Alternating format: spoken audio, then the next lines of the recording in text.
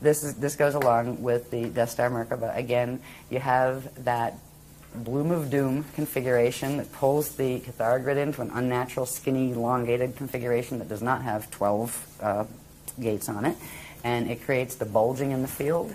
Look at how humanity, I mean, we're supposed to be long and lean, right? It's a struggle to stay long and lean on this planet because there's this weird thing that happens in here where it's like, I've felt some of these when they start when some of the Metatronic activations happen in the grids.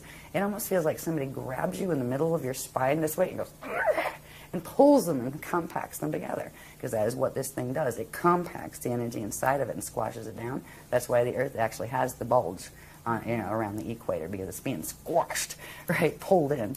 It creates that poison apple field around you, and our fields would look just like the planetary fields with this, and this is what they will stay as unless we do something to change it, and that's why they're showing us this, so we say, maybe we should do that. Yeah, let's change that.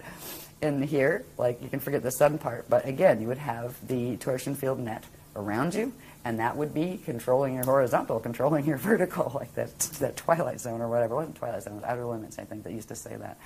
And you would have the closed circulation system. This is a system that actually is cut off from the flows of the spirit body.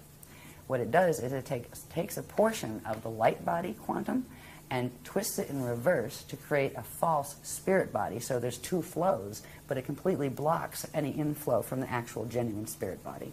And it traps the consciousness, the part that's stuck in the atoms, right, from the rest of its own identity. And it's really just a really sick technology. And it also creates these. They call these the trumpets.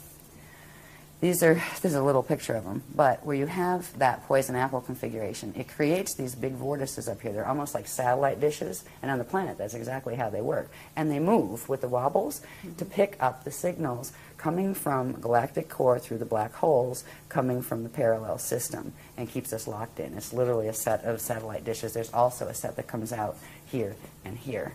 It's a nasty machine. So we can undo this in our own fields, but it isn't something you snap your fingers and say, oh, I wish it away, it's gone. Good luck with that. While you're on this planet, it takes work, and we've been doing that work. Ultimately, what that mess is made to do is, remember, these are maps, for the final on the messy Death Star Merkabas, if we remember that these Cathara grids interwoven, right, this is one Vecca system, right? We'd have our universe here, our parallel would be here. These are meant to link the parallels unnaturally, to force them together into a harness field, and that can be dragged and ripped out of its matrix and taken to wherever they're pulling it from.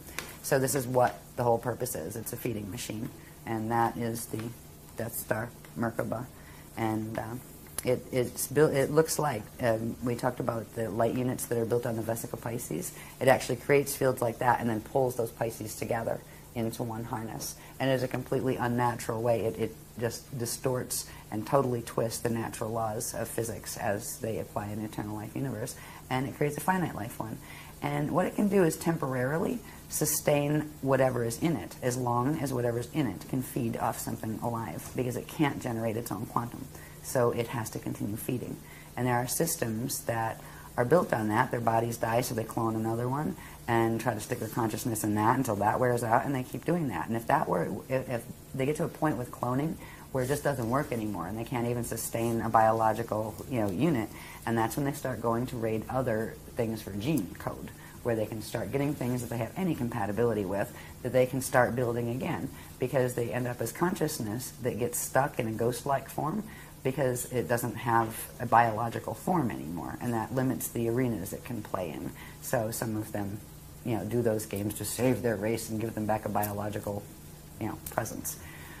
To each his own, but that is not ascension.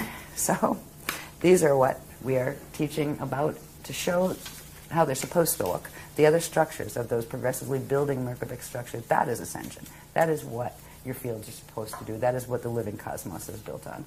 Now, this stuff, let me see, what is most important? Re-Evolution of right. Yep. Oh, this is just a little chart. This had to do with, this is a summary of like how many years of work went into all of these.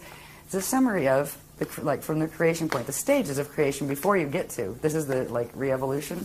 When creation starts, and a being or thing or a cosmos or even an individual begins a new life, a new creation. It can be the creation of a new cosmos or an egg and sperm coming together to create the potentiality for a new baby to be born here, right? There's a whole set of cycles that happen. There's the creation and evolution of the eternal consciousness, and it works from the microcosm to the macrocosm. All right, we have the pre-Partikai creation cycle, which is something we learned after this chart was made. They actually taught us these things, then took us back to what happened before that, right?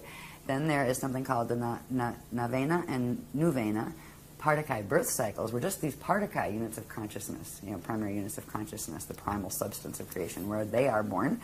Then there's what is called the Siddha Akushate cycle, and this is where the spirit body is born first.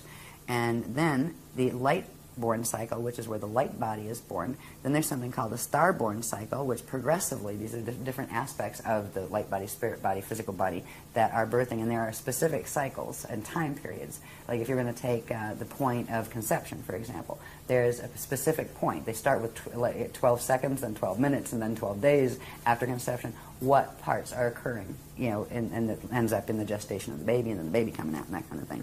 And the life-born cycle, then we have the God-born cycle, and there's a series of, these had huge graph series with them, and huge explanations of, what the processes were.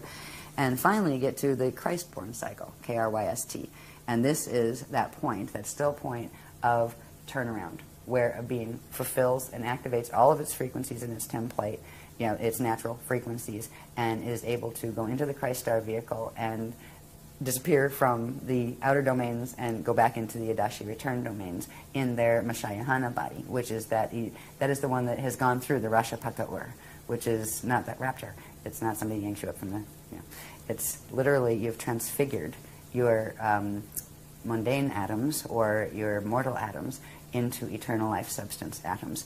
And you will hold the form of that body. That will be what you look like the lifetime that you do that in will be the form that you have. But it will be a form that you can choose to change at will. You can choose to have no form. You can choose to have your main form as being an orb, which is like, it saves on housing. Seriously. Think about it. If you just manifested a body when you needed one, right? Hey, I'll go interact there. I'll, be a cat today or whatever. But anyway, at the end, it starts somewhere, and the expansion cycles end somewhere, and they end naturally when they turn back around and start going back in towards source. And then there's the whole thing. If a being goes through that, goes through the Adashi return cycles, returns as whole with their full memory matrix. That's the difference between doing space dust fall and returning as space dust. Your memory matrix is shattered. You just, you're still precious to God's source, but you're undifferentiated units of consciousness. And when you go back whole, then you can actually birth as a star, where what was once, say, a human being, can actually go through this cycle, and the next thing they will incarnate is a star. And that's a whole different level of evolution that you probably can't even put words on while you're in a human form, in these languages. But this is what evolution is really about. What Ascension is about is natural evolution, organic evolution. And that's something that this place is losing touch with hugely. And eventually this knowledge will be completely gone. They don't want this knowledge in fall systems. So they usually get rid of people who carry it. But fortunately, this is still a blended system. That's why we're still living and breathing and still trying to say, yo, let's call for the Christ Star train, whatever. Anyway, all of those cycles each had, this was a summary of the massive diagram sets just from that one cycle, just to give you an idea. This is just showing the star-born cycle. And each one of these was a full page with all explanations of all the pieces and parts and all of that. So it's just an amazing structure. The structure they have showed us, the processes involved with those structures, it's just, I look at it and just go, wow. I might not like the job because I'm exhausted because the workshops are always crazy with time and everything, and it doesn't go the way I wish it would as far as that. But look at this stuff. How could you not go out and teach that? I'm so grateful to know this, because no matter how bad it is out here, no one can ever take home away from me again.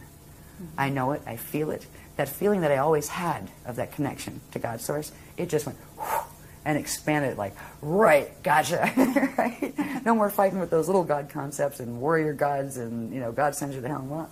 Like, that's not the God I know, right? There's a feeling, a presence of that eternal creative force, the God source, whatever you call it, doesn't matter. It doesn't care what you call it, right? That's a human thing.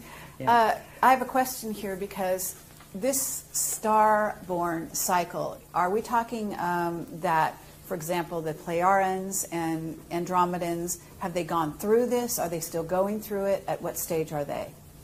The Andromedans that we're talking about, from Eartha and those guys, well, everybody goes through this, actually. A fertilized egg in the womb goes through this. And it's right at this point. Where's the dyad? Right here. At this point, the light body has grown this big. You got the physical body growing in the womb, right? You already have the spirit body that's already huge, right? That Lumiridana one with all the probability dominions, right? And like we're talking about a fetus here, grows to be a baby. And when the birth point happens is when this cell of the light body grows. Then through the process, they call it the birthday chart, through a very specific process of accretion of frequency, taking it from the spirit body into the physical form, bonding the spirit energy with the atomic form and therefore expanding the atomic form, the light body simultaneously grows.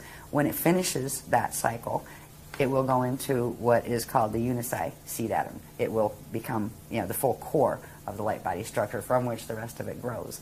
But we have these structures out here. To get out here in the outer domains in incarnation implies we started at the core, came out to the inner, then to the middle, and from the middle came out to here. So we have these structures behind us in time in that regard. Sure. So they're part of our extended anatomy that goes with our extended family of identity with our other simultaneous incarnations.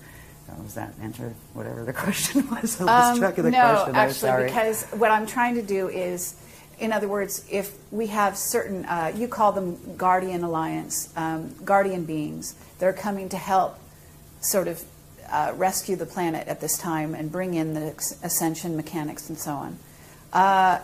These individual beings are at a stage in their development. And where are they in this chart, or are they on another chart in their development? Because it's a complex. Some of them, now the Guardian Alliance has millions and millions, probably billions at this point because of the levels we're dealing with, of members. Some of them are in various stages ahead of ours that are still in a 15-dimensional time matrix, that haven't gone through Christ star evolution yet, but they're still working toward it. But the ones we are dealing with now that give the information and that are actually orchestrating this load-out evac, they are the Adashi Ascension Adepts. They have completed this process. And they are in those cycles, those Adashi cycles, that after the expansion you make the turnaround and you go back. And they are in those three Adashi cycles that are going back towards Source. And a few of them are actually, well, they wouldn't look like beings as we call beings here. They would look like stars or suns because they have completed that. So it was funny, we kept having mission upgrades, right, where, okay, we're talking to this group, we had the general ones from the Guardian Alliance, then we had the Iani, and then when the drama escalated more, the Adene came in, and then the Adandrea, and then there was like 6, 7 upgrades, and then we met the Aquafarian, and the Bende Aquari, and the the Aqui and the Aqui-L, and these are the ones they've gone through the process. So because at this point, it's the only way to get off the planet is going to be using these spanner gates. So you can't actually teach somebody something like that. They couldn't just tell us what to do if they don't actually know it themselves. Sure. And it's kind of funny. It's like you can't give what you actually don't have. And it's, when I do the teaching stuff, when we come in, it's what I like about the workshops, even though I hate it at the same time because it makes it frustrating because I don't have my program to walk in with. But we all learn at the same time. Where the wave comes through, I learn it right there as it's coming out, right? Say, okay, they're saying this, right? And this is where I'm up in the room going, okay, it's this, and then have to explain it. We all learn it at the same time. But if you don't have a certain frequency in you, you're not going to be able to convey that frequency to someone else. So in order to, it keeps us all in a very interesting space, I find, where there's not some elite member that knows everything and walks around with their nose in the air and just floats on clouds and that kind of stuff. I learn it, they learn it. right? It just goes, I just happen to be, you know, the like little drain pipe that comes through, but we all learn it at the same time. So it's all very, very even. There's not a hierarchy of snobbery. There's not a, you know, oh, I'm more spiritually aware than you stuff or anything like that happening. And I like that about it. Anyway, where are we?